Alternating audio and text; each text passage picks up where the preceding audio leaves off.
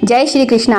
राधे राधे दोस्तों, प्रसिद्ध WWE wrestler the great खली प्रेमानंद महाराज जी के दरबार में पहुंचे। वैसे तो इससे पहले भी वो एक बार दरबार में आ चुके हैं, लेकिन इस बार फिर से वो अपने पूरे परिवार के साथ महाराज के दर्शन के लिए आए और उनका आशीर्वाद भी प्राप्त किया। यहाँ पर वो अपने पूरे परिवार के साथ आए और उनका परिवार महाराज के दर्शन करके काफी खुश दिख रहा था और ऐसे में उन्होंने महाराज जी से कई सवाल भी पूछे और उनका मार्गदर्शन लिया।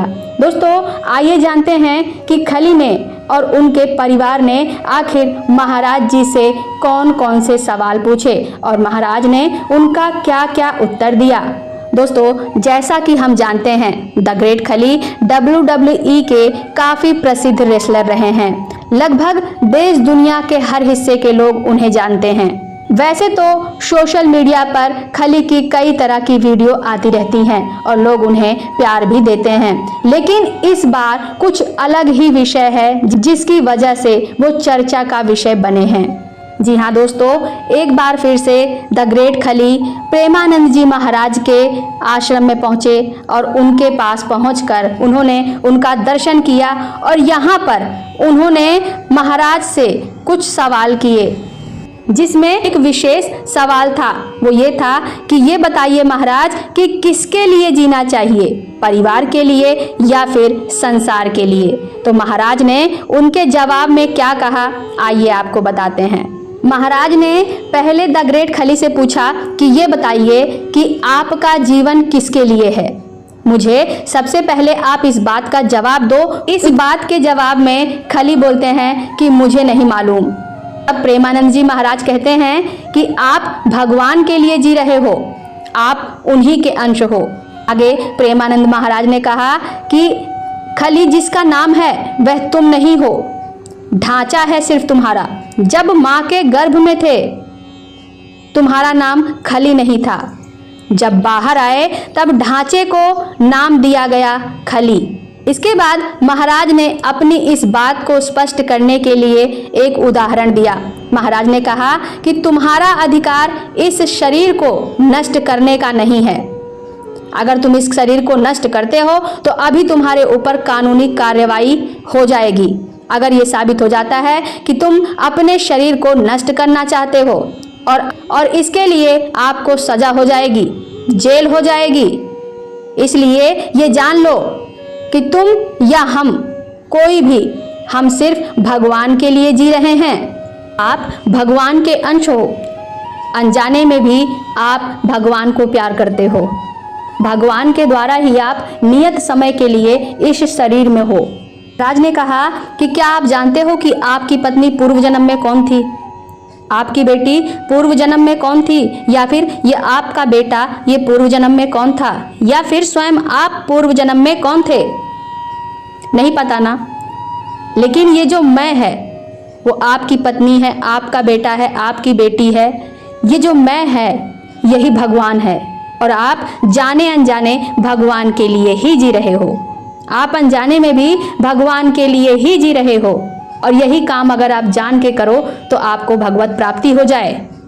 तुम अपने शरीर को प्यार करते हो, लेकिन इसके अंदर परमात्मा का वास है, इसीलिए तुम इससे प्यार करते हो। अगर कोई तुम्हें कह दे कि तुम्हारा ये अंग काटने से तुम्हें जीवन मिल जाएगा, तो तुम तुरंत ही पैसे देकर वो अंग कटवा लोगे कि तुम्हें जीवन जीना है। तो इसका मतलब ये है कि शरीर से ज़्यादा प्रिय तुम्हें तुम्हारी आत्मा है और उस आत्मा से भी प्रिय परमात्मा है और वो परमात्मा कृष्ण है।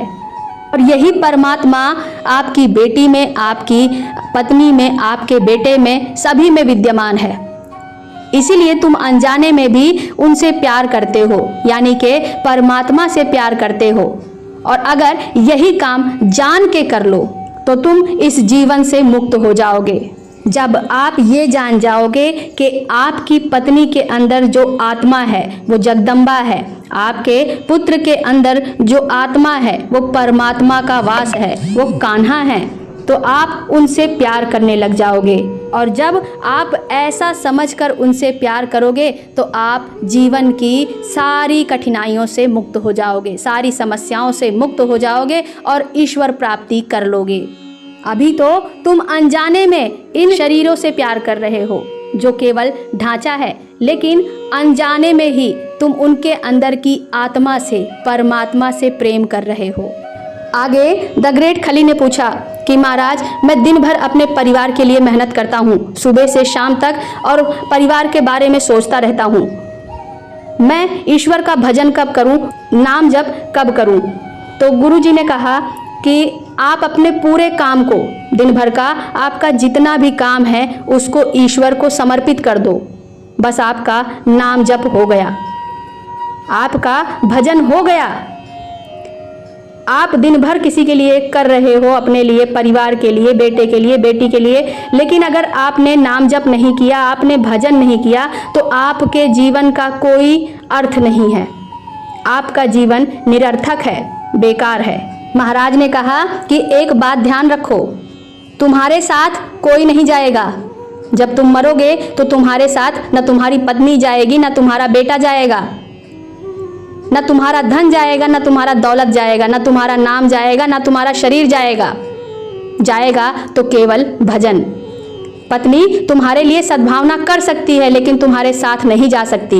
ये जो बेटा है ना, ये तुम्हारे लिए आंसू बहा सकता है लेकिन साथ नहीं जा सकता। अभी भी तुम जो ये जीवन दे रहे हो वो अपने परिवार को अनजाने में दे रहे हो, लेकिन दे ईश्वर को रहे हो। तुम नहीं जानते कि ये तुम्हारे क्या हैं, कौन हैं, फिर भी तुम इनके लिए मेहनत कर रहे हो। महाराज ने आगे कहा कि अपना पूरा दिन का काम, सब कुछ भगवान को समर्पित कर दो, यही भजन हो जाएगा। अभी तुम ये समझ रहे हो कि मैं अपने परिवार के लिए कर रहा हूँ, अपने बच्चों के लिए कर रहा हूँ, अपने लिए कर रहा हूँ, इसीलिए तुमको सब बोझ लग रहा है।